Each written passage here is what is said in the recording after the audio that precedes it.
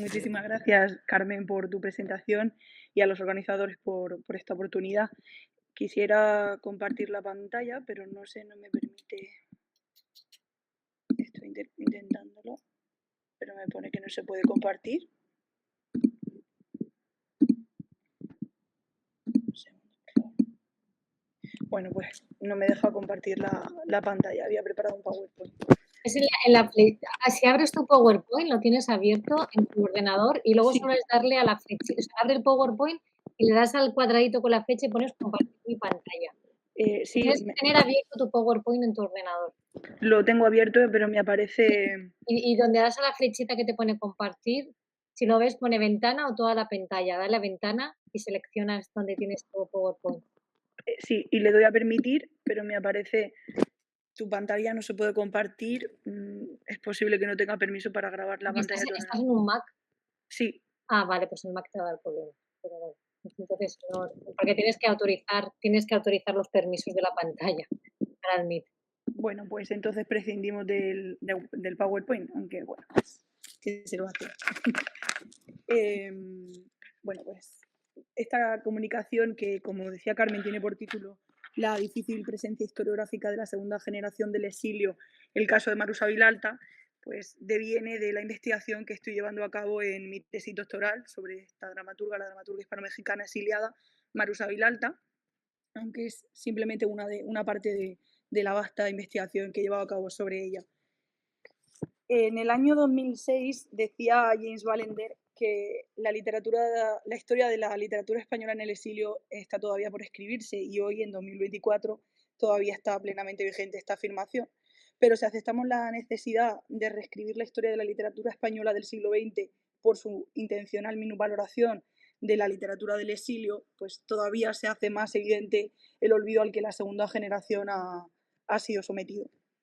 Partiendo de la premisa de que esta generación de autores ha padecido una clara desestima por la conveniencia de borrar un pasado incómodo, pues surgen diversas preguntas que yo me hacía en esta tesis. ¿Cómo se han aplicado los conceptos de exilio y español a este corpus y a esta generación en concreto? ¿De qué modo ha sido evaluada historiográficamente su literatura durante el franquismo y más tarde ya durante la democracia? ¿Y qué lugar ocupa la literatura de los niños de la guerra a medio camino entre dos mundos en la ordenación y en los ejercicios de canonización de la historiografía literaria española? En esta nómina, la de los niños de la segunda generación del exilio, pues es muy singular el caso de Marusa Vilalta, pues su exocanización es triple, no solo no encuentra lugar definitivo en los sistemas historiográficos del exilio español o en el del país donde de acogida, donde desarrolló la mayor parte de su labor artística completa, Marusa Vilalta, que fue México, ni mucho menos en la literatura española. Y atiende también a una convergencia de una triple identidad que la conduce a los márgenes al final, que es la de ser exiliada, por supuesto, pero también ser mujer y ser dramaturga. 10 veces ganadora del premio de la crítica a la mejor obra nacional en México, incluso en ocasiones en las que se lo disputaban autores tan reputados como Octavio Paz o Elena Garro. Premio Nacional de Ciencias y Arte en el año 2010. El INBA la seleccionó en numerosas ocasiones para representar a México en festivales internacionales, por señalar solamente algunos de las pruebas de su reconocimiento. Pues, sin embargo, rara vez encuentra Marusa Vilalta un espacio en la historiografía teatral, ya no solo española, por supuesto, sino también la mexicana.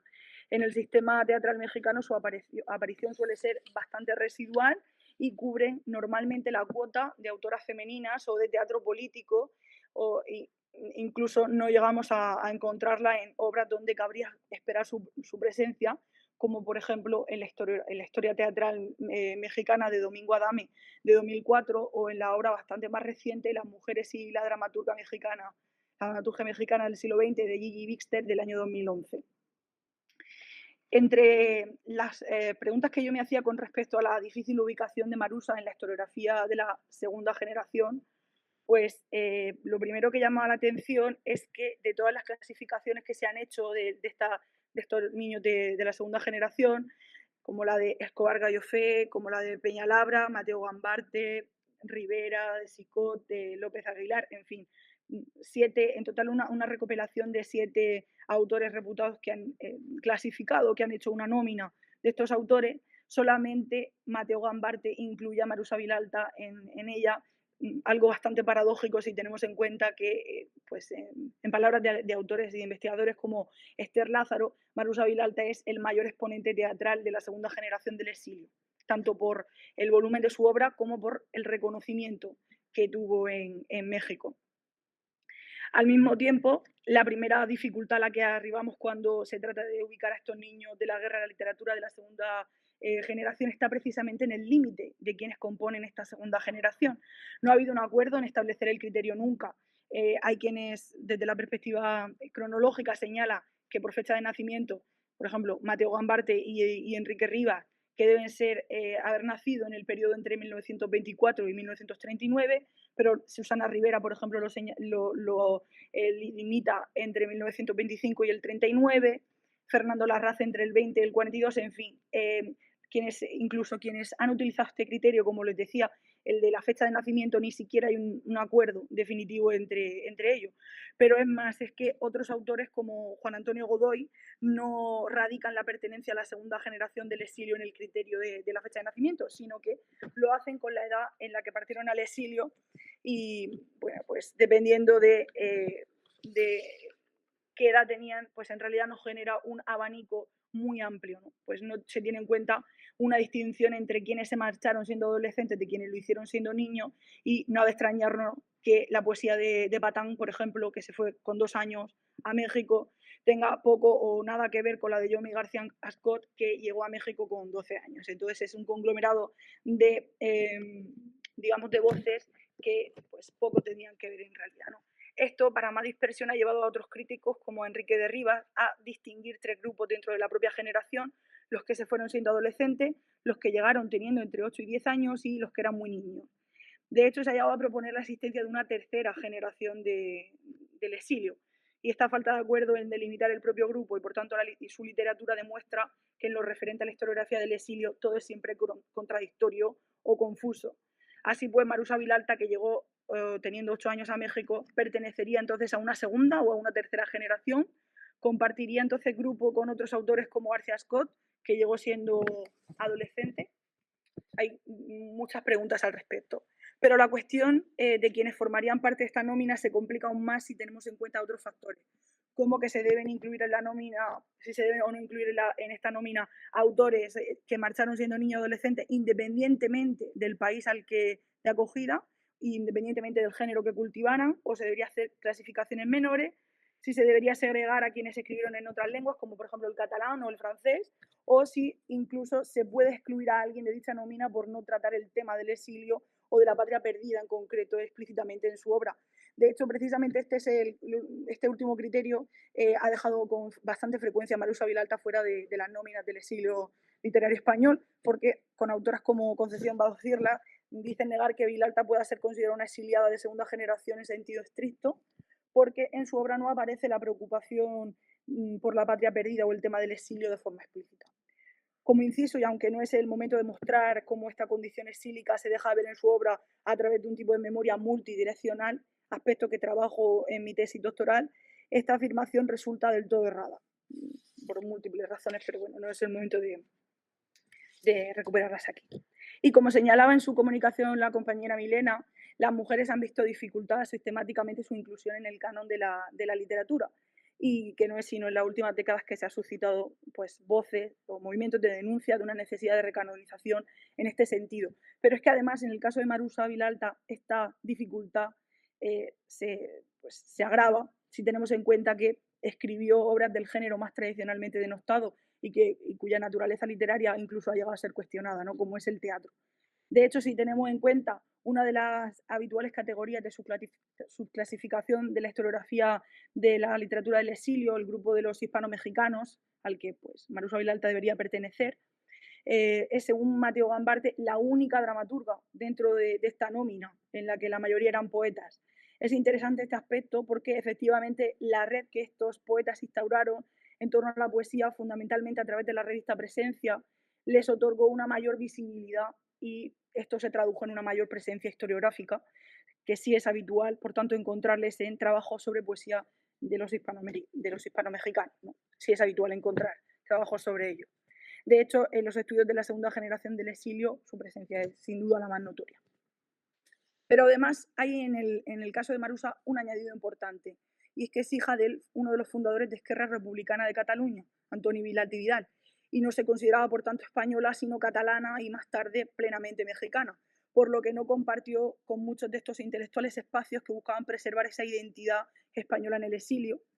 Y así, por ejemplo, solo realizó la primaria en uno de esos colegios que se fundaron para continuar la educación de estos niños como si la contienda no hubiera tenido lugar, ¿no? En el Liceo Ruiz de Alarcón, pero el resto de su educación la tuvo en el Liceo Franco-Mexicano, al contrario que, insisto, en estos niños de la guerra, y que además sus primeras composiciones literarias se publicaron primero en catalán, sobre todo en dos revistas precisamente fundadas por y para exiliados catalanes en el exilio, como fueron la revista Pont Blau y la revista Xaloc, con dos cuentos como El meu dia fol y Diferencia, que se publicaron en 1958 y 1959 y que más tarde fueron traducidos al español. Por otra parte, les decía que también es muy difícil su ubicación en el sistema literario mexicano, porque el mismo argumento que antes he señalado se ha enarbolado para dejarla fuera de las historias literarias en el sistema mexicano. Dicen que nunca ha hecho explícitas las preocupaciones específicas por la realidad mexicana o que sus temas preferidos no coinciden con los de la generación equivalente en la literatura mexicana, dice Ross, por ejemplo. Entonces, de nuevo, se justificaría de algún modo digamos, esta tendencia a la desubicación, a la universalización, se justificaría si atendiésemos a un tipo de memoria multidireccional que le decía que es, creo que lo fundamental en estos aspectos.